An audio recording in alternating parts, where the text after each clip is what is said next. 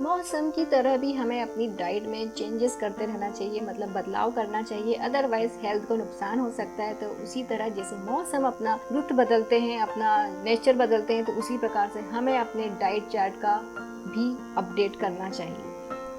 मौसम के अनुकूल हमेशा अपना आहार चेंज करते रहना चाहिए, मतलब मॉडिफाई करना चाहिए। जिस प्रकार से मौसम अपना परिवर्तन लाता है, मौसम नए मौसम 4-4 महीने में चेंज होते हैं, उसी प्रकार डाइट चार्ट में भी मॉडिफाई होना चाहिए। यदि नहीं होता है तो प्रॉब्लम्स क्रिएट हो जाती है।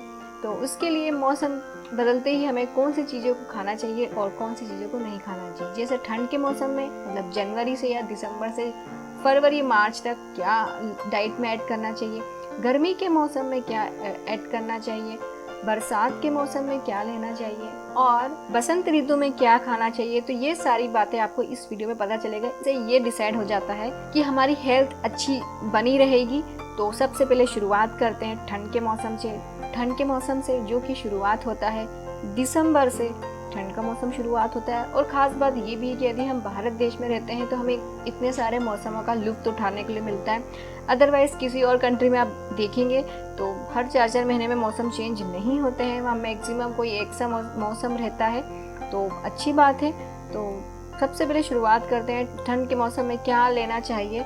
तो जैसे ठंड का मौसम आता है तो आयुर्वेद को अगर फॉलो करें तो बहुत अच्छी डाइट बनेगी। जैसे कि ठंड के मौसम में गुड़पट्टी बनाते हैं, तिल्ली की चिक्की बनाते हैं और ठंड के लड्डू बनाते हैं जिसमें खूब सारे ड्राई फ्रूट्स होते हैं। और इसके अलावा मूंग दाल की खिचड़ी ऐड करना चाहिए, वो काफ़ी ज़्यादा हेल्दी होती है। अदरक का कंजम्पशन ज़्यादा करना चाहिए। जैसे ठंड के मौसम में चाय बहुत पसंद आती है, कॉफ़ी पीना ज़्यादा कंज्यूम करते हैं, तो देखा जाए तो चाय जिसमें अदरक होना चाहिए, दालचीनी होना चाहिए, तो इस प्रकार की जड़ी बूटियाँ यदि हम चाय में ऐड करते हैं तो ये ठंड के मौसम में हमारा जो दिन की शुरुआत होती है वो बहुत अच्छी होती है। और नाश्ते और लंच की बात करें तो उसमें मूंग दाल वाली चीज़ें खाना चाहिए और गर्म तासीर वाली चीज़ें खाना चाहिए। जो भी उस समय गर्म तासीर की सब्जियां आती हैं उसे हमें ऐड करना चाहिए ठंड के मौसम में।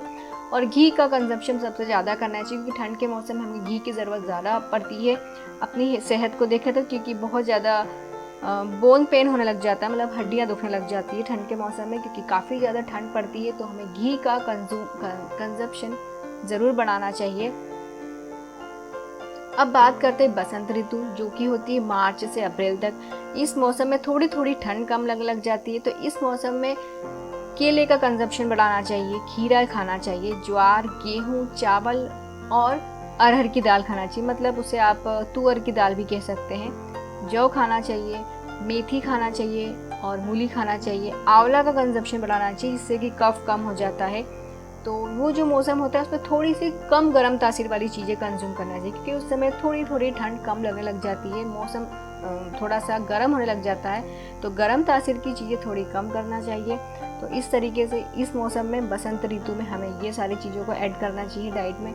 और क्या चीज़ें नहीं खाना चाहिए इस मौसम में, हमें उड़द दाल, सिंघाड़े का आटा, मीठी चीज़ें, आलू जैसी चीज़ें बहुत कम खाना चाहिए, मतलब ज़्यादा कंज्यूम नहीं करना चाहिए, नहीं तो कफ पड़ जाता है और बहुत सारी प्रॉब्लम हो सकती है। अब इसके बाद जो नेक्स्ट मौसम आता है वो होता है गर्मी का मौसम, मतलब ग्रीष्म ऋतु, जो कि मई से जून जुलाई तक रहता है, जून तक रहता है।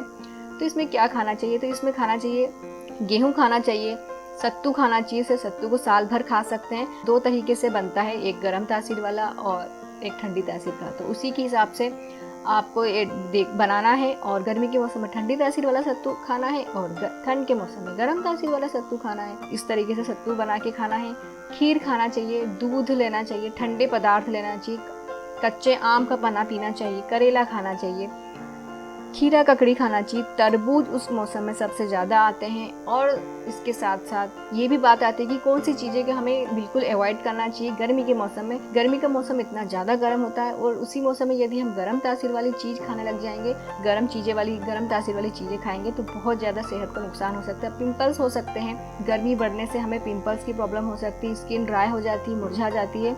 तो कुछ ऐसी चीज़ें जिन्हें बिल्कुल भी नहीं खाना चाहिए गर्मी के मौसम में, जैसे नमकीन नहीं खाना चाहिए, ऑयली फूड नहीं खाना चाहिए और जो गर्म तासीर की चीज़ें होती है वो नहीं खाना चाहिए। अब नेक्स्ट मौसम आता है वर्षा ऋतु, मतलब बारिश का मौसम। बहुत अच्छी अच्छी खुशबू आती है तो बहुत अच्छी अच्छी चीज़ें खाने का मन होता है। तो इस मौसम में क्या खाना चाहिए, तो इस मौसम में खाना चाहिए चावल, पुराने चावल की बनी हुई खिचड़ी, पुराने गेहूँ खाना चाहिए, और ऐसा खाना होना चाहिए जो ईजिली डाइजेस्ट हो जाए, जैसे कि मूंग की दाल रहती है, खिचड़ी होती है, तो ऐसी चीज़ें ज़्यादा कंज्यूम करना चाहिए। यदि हम इस मौसम में ज़्यादा हेवी चीज़ें खाएंगे, जैसे उड़द दाल की चीज़ें खाएंगे या इडली खाएंगे, फर्मेंटेड चीज़ें खाएंगे, तो वो डाइजेस्ट नहीं होगी, जिससे हेल्थ को नुकसान हो सकता है और डाइजेस्टिव सिस्टम भी खराब हो सकता है। और बारिश के मौसम में पत्तेदार सब्जी बिल्कुल नहीं खाना चाहिए, क्योंकि उसमें बारिश के मौसम में धूप नहीं मिलती है, तो हमारी जो डाइजेस्टिव प्रोसेस होती है वो काफ़ी वीक हो जाती है, क्योंकि धूप नहीं मिलने की वजह से खाना डाइजेस्ट नहीं होता है।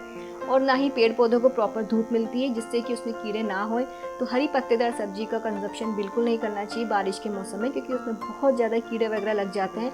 तो हमेशा वो सब्जी खाना चाहिए जिसमें हरे पत्तेदार ना हो, जैसे कि भिंडी की सब्जी हो गई, आलू की सब्जी हो गई है, इस तरीके की हमें सब्जी खाना चाहिए। और जितना ज़्यादा हो सके हमें दालों का कंजम्पशन बढ़ाना चाहिए, क्योंकि उसमें इस बात का टेंशन नहीं रहता है कि वो पत्तेदार सब्जी है या नहीं है। और इसीलिए कहा है कि पुराने चावल की खिचड़ी खाना चाहिए, पुराने गेहूँ खाना चाहिए और सुपाच्य पदार्थों का कंजम्पशन बढ़ाना चाहिए। तो इससे बारिश के मौसम में हमारी सेहत बरकरार रहती है और प्रॉब्लम नहीं होती है किसी प्रकार की हेल्थ से रिलेटेड। अब इसके बाद जो मौसम आता है वो होता है शरद ऋतु, अक्टूबर से नवंबर तक का आता है। अब ये मौसम ऐसा होता है जिसमें हम जितना अच्छा आहार लेंगे उतनी हमारी सेहत साल भर तक बरकरार रहती है। जैसे कि इसमें हमें क्या लेना होगा, इसमें लेना होगा हमें घी वाली चीज़ें लेना होगा, घी से बनी हुई चीज़ें, जैसे आटे का हलवा होता है, बेसन का हलवा होता है, मूंग दाल का हलवा होता है, गुड़ ज़्यादा कंज्यूम करना चाहिए, आंवला खाना चाहिए, नींबू खाना चाहिए, अनार खाना चाहिए, मुनक्का, गोभी, इस प्रकार की चीज़ें हमें इस मौसम में खाना चाहिए। और गर्म दूध बहुत अच्छा रहता है, जैसे हल्दी वाला दूध यदि हम इस मौसम में लेते हैं तो हमारी हेल्थ बहुत अच्छी बनती रहती है। और कुछ भी प्रॉब्लम होती है तो उसे हील करने में ये मौसम बहुत अच्छा होता है।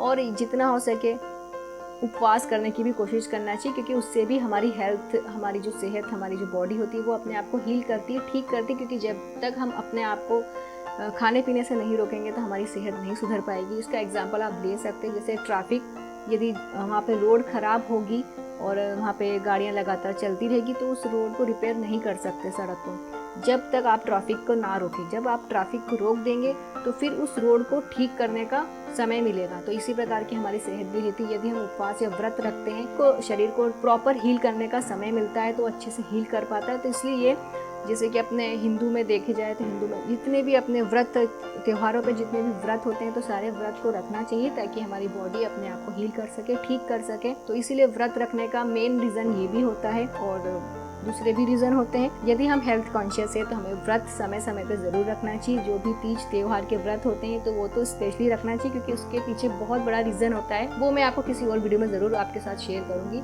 यदि आपको ये वीडियो में जानकारी आपके लिए सूटेबल रही तो इस वीडियो को कीजिए लाइक, और देखा है पहली बार चैनल को तो कीजिए सब्सक्राइब। और इस वीडियो को लास्ट तक सुनने के लिए आप सभी व्यूअर्स का बहुत बहुत धन्यवाद।